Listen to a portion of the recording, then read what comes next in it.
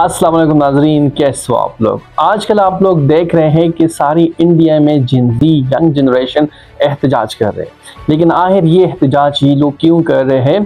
तो वजह इसकी ये थी कि एक टेस्ट ये लोग दे रहे थे नीट, जो हर स्टूडेंट और हर कंट्री के स्टूडेंट्स अपने अपने जो मेडिकल के स्टूडेंट होते हैं या इंजीनियरिंग के स्टूडेंट होते हैं, वो 12 के बाद यानी 12वीं जमात के बाद वो टेस्ट देते हैं, तो वो इंजीनियरिंग में जाते हैं या वो मेडिकल में जाते हैं, जो वहाँ पर डॉक्टर बन जाते हैं या इंजीनियर बन जाते हैं। ये टेस्ट जब अनाउंस होता है कि फलानी तारीख पर टेस्ट है, तो इससे पहले 24 घंटे पहले ये जो पेपर था कि लीक हो जाता है।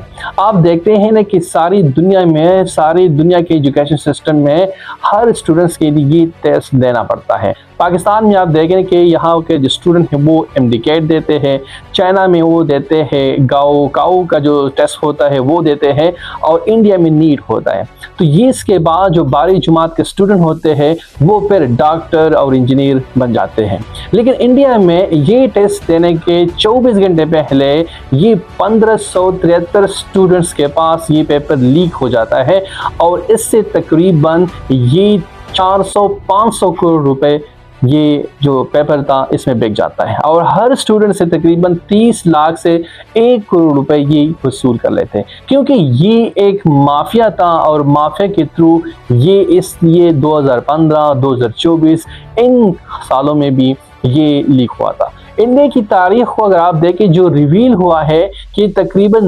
90 बार ये जो नीट का टेस्ट है, ये इसका जो पेपर है ये लीक हुआ है। यहाँ पर आप देखें कि पाकिस्तान में भी ये जो टेस्ट है अक्सर इसकी पेपर लीक हो जाता है, लेकिन वहाँ पर ये जो पेपर है लीक होता है, एक मेडिकल स्टूडेंट के पास ये रात के वक्त एक मैसेज आता है और उसको बताया जाता है कि कल के एग्ज़ाम में ये जो 300 MCQs है ये आने वाले हैं।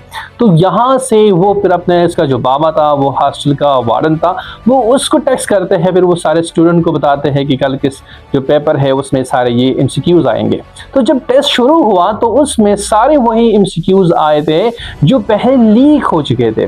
तो यहाँ पर लोगों ने फिर एहतजाज शुरू किया कि जो लोग मालदार होते हैं, जो काबिलियत होते हैं, जिनके पास पैसे होते हैं, तो वो क्या करते हैं, वो तो ये पेपर खरीद लेते हैं। लेकिन जिनके पास पैसे नहीं होते तो फिर वो क्या करते हैं, वहां पर वो फिर अक्सर खुदकुशी कर लेते हैं। और यहाँ पर अभी तक तकरीबन 20 बंदों ने खुदकुशी कर ली है इस टेस्ट के लीक होने के बाद, क्योंकि वो 2 साल से मुसलसल ये मेहनत कर रहे थे, इस टेस्ट के लिए तैयारी कर रहे थे। लेकिन जब ये टेस्ट देते हैं और फिर रिलैक्स हो जाते हैं कि चलो ठीक है अब हमारी मेहनत रंग लाएगी, तो इसके फौरन बाद ये खबर लीक हो जाती है कि ये जो टेस्ट था, ये जो पेपर थे, ये लीक हुआ था और ये एग्जाम अब कैंसिल हुआ है। और हर साल तकरीबन 23 लाख इंडियन बच्चे ये टेस्ट देते हैं, और इसमें सिर्फ और सिर्फ इसकी जो सीट होती है ये तकरीबन 1,09,000 सीट होते हैं, और इसके लिए सारे इंडियन स्टूडेंट्स लड़ते हैं, कंपटीशन करते हैं। और इसकी लीक होने की कई वजूहात है। एक वजह है कि इंडिया में इसके लिए कंपटीशन बहुत ज़्यादा है। कंपटीशन जब बहुत ज़्यादा होगी तो इस मैदान में हर स्टूडेंट ये मुकाबला करेगा किसी न किसी तरीके से ये सीट हासिल करने के लिए। फिर यहाँ पर इंडिया में, इंडियन सोसाइटी में कुछ मालदार लोग भी होते हैं जो पैसे देकर ये पेपर खरीद लेते हैं, लेकिन जिनके पास ये पैसे नहीं होते तो वो मेहनत से काम कर लेते हैं और अपने आप को मेहनत के बलबूते पर ये सीट हासिल करने की कोशिश करते हैं। यहाँ पर अभी जो जिंजी प्रोटेस्ट कर रहे हैं, तो सिर्फ यही वजह है कि सोशल डिस्क्रिमिनेशन यहाँ पर सोसाइटी में उभरती जा रही है। ऐसे लोग हैं कि वो पेपर लीक करके अरबों रुपए कमा लेते हैं और सारी एजुकेशन सिस्टम को हाईजैक कर रहे हैं। यहाँ पर एजुकेशन मिनिस्टर धर्मेंद्र ने एक स्टेटमेंट में नहीं दिया है, और वो कह रहे हैं कि पेपर लीक नहीं हुआ है। और यहाँ पर इंडियन सुप्रीम कोर्ट की तरफ से फिर इंटरव्यू करना पड़ा। वो कह रहे हैं कि भाई आपका पेपर लीक हुआ है, और तकरीबन 1563 बच्चों को ये पेपर फरोख्त हुआ है, और इसमें अरबों रुपए वही लीक पेपर माफिया ने कमाए हैं। तो आखिर ये जो वजह बनी प्रोटेस्ट की, यही वजह है। दूसरी इस प्रोटेस्ट की शिद्दत की यही वजह बनी कि मई 2026 में सुप्रीम कोर्ट का एक चीफ जस्टिस सूर्या कांत, ये रिमार्क्स देते हैं, बयान देते हैं इंडियन नौजवानों के बारे में। वो इंडियन नौजवानों को जो अनएम्प्लॉयमेंट होते हैं, जो बेरोजगार होते हैं, उसको काकरोच कहते हैं। और वो कहते हैं कि इनके पास डिग्रियां होती है लेकिन वो किसी काम धंधे के नहीं होते और दूसरे के कामों में मुदाखलत करते हैं, ये काकरोचिज होते हैं। तो इस बयान के बाद इंडियन नेशन ये उभर के आते हैं और वहां पर एक नौजवान अभिजीत दीप की एक पार्टी काकरोच जनता पार्टी बनाते हैं और वो सारी इंडियन कौम को इस पार्टी की छतरी के तले वो मुतहद करते हैं कि अपने हुकूक के लिए आप लोग खड़े हो जाए। तो जैसे ये टेस्ट का जो पेपर है ये लीक हो जाता है तो इसके बाद काकरोच जनता पार्टी के सारे कारकुन, सारे मेंबर भी इस मैदान में आते हैं और एहतजाज शुरू कर देते हैं। यहाँ पर एहतजाज में जो लोग आते हैं वो डिमांड क्या करते हैं? डिमांड ये करते हैं कि जिन लोगों ने ये पेपर लीक किया है यहाँ पर उसकी अकाउंटेबिलिटी होनी चाहिए। यहाँ पर अभी काकरोच जनता पार्टी की स्पोक पर्सन उसने भी यहाँ पर प्रेस कॉन्फ्रेंस करके अपनी डिमांड्स रखी है कि यहाँ पर पेपर लीक माफिया के खिलाफ सख्त क्रैकडाउन किया जाए। जिन लोगों ने ये पेपर लीक करवाया है, जो लोग रिस्पॉन्सिबल है इसमें, उसको सख्त कड़ी से कड़ी सजा दी जाए और अकाउंटेबिलिटी को मेंटेन रखा जाए। दूसरी यहाँ पर ट्रांसपेरेंसी की बात कर रहे हैं कि ट्रांसपेरेंसी यहाँ पर हो और जो लोग इसमें मुलव्वस है वो उसको बिल्कुल जो पहले एक्ट लाया गया था 2024 में और 15 में कि उसको 3 साल की सज़ा थी, तो इससे बढ़ाकर 10 साल रखी जाए इसकी सज़ा और इस पर भारी जुर्माना भी आयद किया जाए। और दूसरी है कि पहले ये इंडिविजुअल था, प्राइवेट लोगों पर ये जो एक्ट था ये लगती थी, लेकिन अभी जो लोग सरकार में होते हैं तो ये डिमांड कर रहे हैं कि जो लोग सरकार में होते हैं इन पर भी ये एक्ट लगना चाहिए। अभी आप लोग देखें कि एक कागज़ कैसे अरबों रुपए कमा लेते हैं। जैसे एक जो पेपर होता है इसकी वजन जो है तकरीबन 10 ग्राम से भी कम होगी, लेकिन 24 घंटे पहले ये छोटा सा कागज़ जिसकी वजन 10 ग्राम से भी कम होती है ये अरबों रुपए कमा लेते हैं। कैसे? क्योंकि जैसे ये पेपर स्प्रेड होते हैं और ये अथॉरिटीज़ के पास पहुंच जाते हैं तो पहले से इसकी जो कीमत है ये लगाना हो जाती है कि पेपर लीक होने पर और जो स्टूडेंट खरीदना चाहते हैं इसकी कीमत 30 से 1 करोड़ होगी। तो जिन स्टूडेंट्स के पास फिर पैसे होते हैं तो वो इसको खरीद ले। एक दफ़ा 2015 में ऑपरेशन हुआ था लीक माफिया के खिलाफ, जो पेपर लीक करवाते हैं, तो वहाँ पर ऑन द स्क्रीन एक बंदे ने ये कन्फेशन की थी, बताया था कि हम जब पेपर लीक करते तो हमारी टारगेट होती है एक्सपेक्टेड टारगेट कि हम 700 से 800 स्टूडेंट को टारगेट करें कि उनको ये पेपर बेच दें। लेकिन अभी इस दफ़ा ये जो पेपर है ये तो 1563 स्टूडेंट्स को भेजा गया है। पहले जो मतलब 700 से 800 स्टूडेंट को टारगेट किया जाता तकरीबन, तो इससे 300 करोड़ रुपए कमाए जाते थे। लेकिन अभी देखें ना कि 1563 स्टूडेंट्स को ये ऑलरेडी बेच चुके हैं, तो इससे कई गुना डबल ये जो कमाई कर चुके हैं ये जो लीक माफिया है। लेकिन यहाँ पर अगर आप इसको कहेंगे कि ये पेपर लीक हो गए हैं तो ये एक गलती हो गई। ये एक पूरी इंडस्ट्री है और ये एक इंडिया में एक धंधा है, ये सारी मुल्कों में होता है। पाकिस्तान में भी कई मरतबा ये पेपर एमडीकैट का लीक हो चुका था। लेकिन सबसे सीक्रेट डॉक्यूमेंट अगर किसी मुल्क में होता है इस एग्जाम के हवाले से तो वो चाइना है। चाइना में इस एग्जाम को गाओ काओ कहते हैं और इसको स्टेट सीक्रेट के तौर पर ये समझा जाता है। वहाँ पर चाइना में ही जब भी एग्जाम होता है तो 3 महीने पहले तो इसके टीचर एक कंसल्टेशन सेंटर में भेजा जाता है, वहाँ पर इसको अलहदा रखा जाता है। सारी दुनिया से उसकी राब्ता मुनक़ता हो जाती है और लैंडलाइन पर वो अपने घर वालों से बात कर सकते हैं। और यहाँ पर इसकी जब प्रिंट हो जाती है तो एक सीक्रेट जगह पर इसकी प्रिंट होती है और फिर इसको बिल्कुल प्रोटोकॉल के साथ एग्जाम से एक दिन पहले एग्जामिनेशन सेंटर में पहुंचाया जाता है ये पेपर। और फिर उसके वो टीचर जो होते हैं वो इसके साथ होते हैं, तो 1 मिनट भी ये जो अमला होता है वो इस पेपर से नहीं हटते, उसके साथ होते हैं। और फिर उस एग्जाम में जब जाते हैं तो बिल्कुल जो स्टूडेंट होते हैं किसी हैकिंग डिवाइस या ऐसी चीटिंग डिवाइस उसके पास नहीं हो सकती, क्योंकि सारी AI, जेमिनी, सारी जो टेक्नोलॉजी चाइना में होती है वो बंद की जाती है, उसका सर्च बंद हो जाता है। और वो जो स्टूडेंट्स एग्जामिनेशन सेंटर में जाएगा तो प्रॉपर तलाशी के बाद वो स्टूडेंट्स अंदर जाकर एग्जामिनेशन देता है। तो ये क्यों होता है? वो कहता है कि यहाँ पर सारे अमीर या गरीब या माशरे का जो भी फर्द है वो यहाँ पर बिल्कुल इक्वल होगा। तो फिर वहाँ पर जो हुकूमत होगी इसका सिर्फ एक काम होगा कि अपने सिटीजन को इक्वल राइट्स दे दे।